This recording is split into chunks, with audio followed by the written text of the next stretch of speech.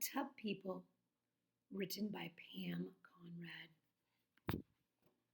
The Tub People stood in a line all day on the edge of the bathtub.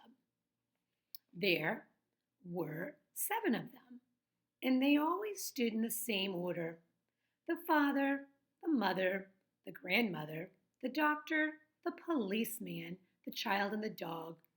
They were made out of wood, and their faces were very plain. They could smile or frown, or cry or laugh. Sometimes they would even wink at each other, but it hardly showed.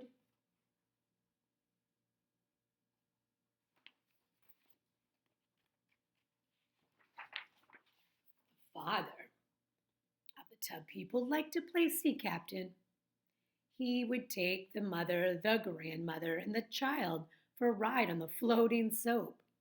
The others stood on the edge of the tub and waved. Once in a while, the child of the Tub People would slide off the soap into the warm bath.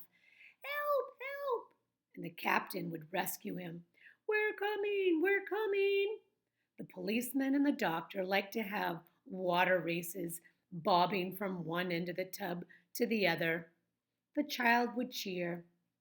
The grandmother would say, Hush, you're very noisy. When bath time was over, the Tub People always lined up along the edge of the bathtub. The father, the mother, the grandmother, the doctor, the policeman, the child, and the dog.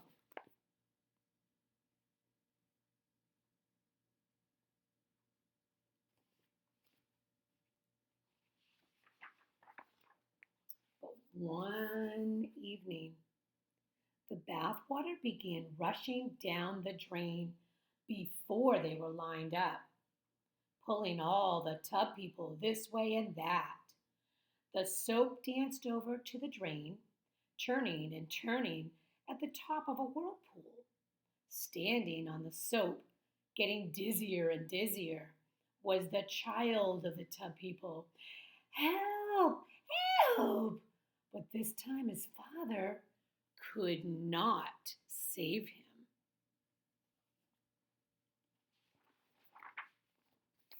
And the tub child disappeared down the drain without a sound. Oh my.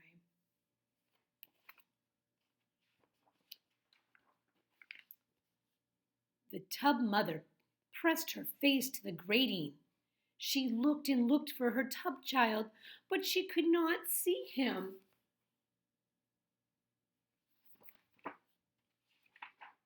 Later that night, the Tub People lined up on the edge of the tub, just the 6 of them. The soap was soft and back in the soap dish. The washcloth made a lonely, dripping sound as it hung from the faucet. The Tub People felt very sad.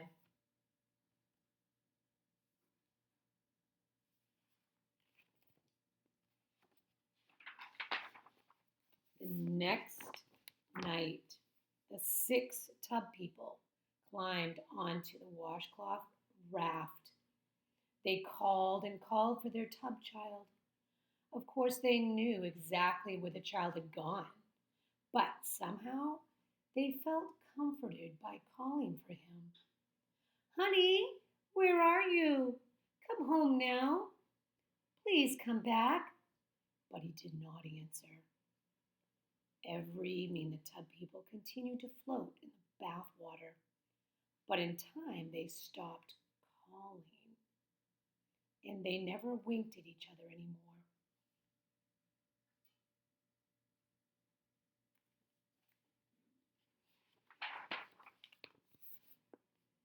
Then an unusual thing happened.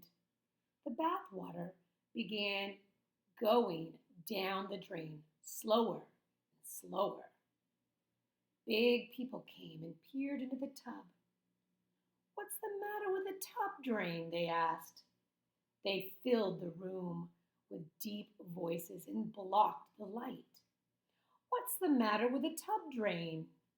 The Tub People stood woodenly in their line. If they could have spoken, they would have shouted out what a terrible drain that was and how it sucked away their little tub child. But they were silent.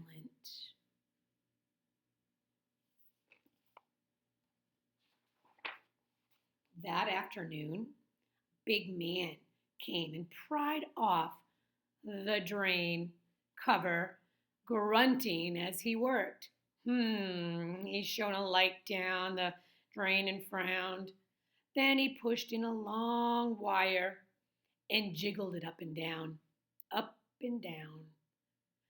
Come home now, the grandmother whispered. And out of the drain popped the little tub child, wet and tired.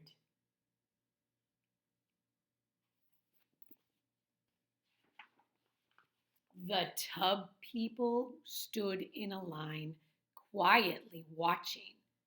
One by one, they smiled. The father, the mother, the grandmother, the doctor, the policeman, and the dog. And the tub mother had little soapy tears running down her wooden cheeks. But the big man did not look at them. He tossed the tub child into his toolbox, shut it with a click, and left. The tub people waited for bath time, hoping their tub child would come back. But bath time never came. It grew later and later, and still they waited, worrying all the while.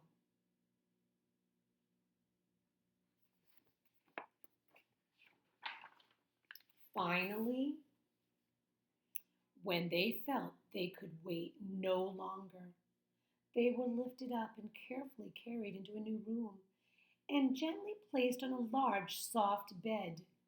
It seemed just like the water to them, except that it was dry and very firm. And there were 7 of them once again. The tub dog knocked his little wooden head against the tub child's head, and very quietly they all laughed.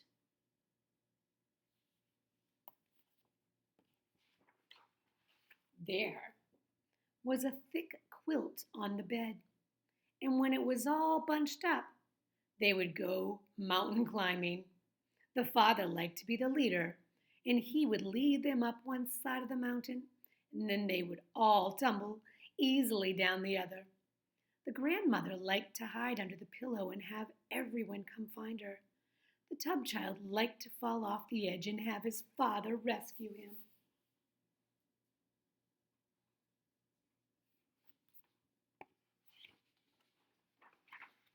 Each night, when the lights went out, they lined up along the windowsill, just as they had along the bathtub edge.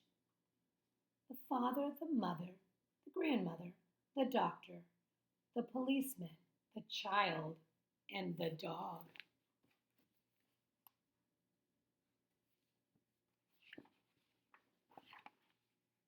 But each morning, when the sun came shining in on them, something would be different. The tub child would be standing between the mother, or the tub mother, and the tub father, their sides barely touching.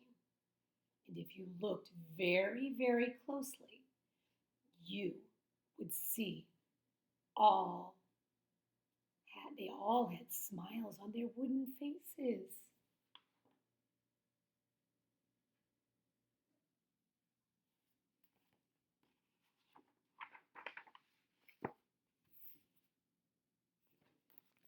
Boys and girls, do you have some special tub toys that you play with? I wondered. I remember when my kids were younger, they loved playing with their tub toys and the games they would play with them. It seemed like they were in our own lives, like real characters.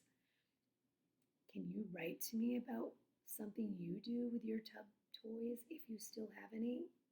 And maybe if you don't, maybe some of you just take showers now. Maybe you can think back a couple of years ago and try to think of a narrative story you could write to me. Have a great day.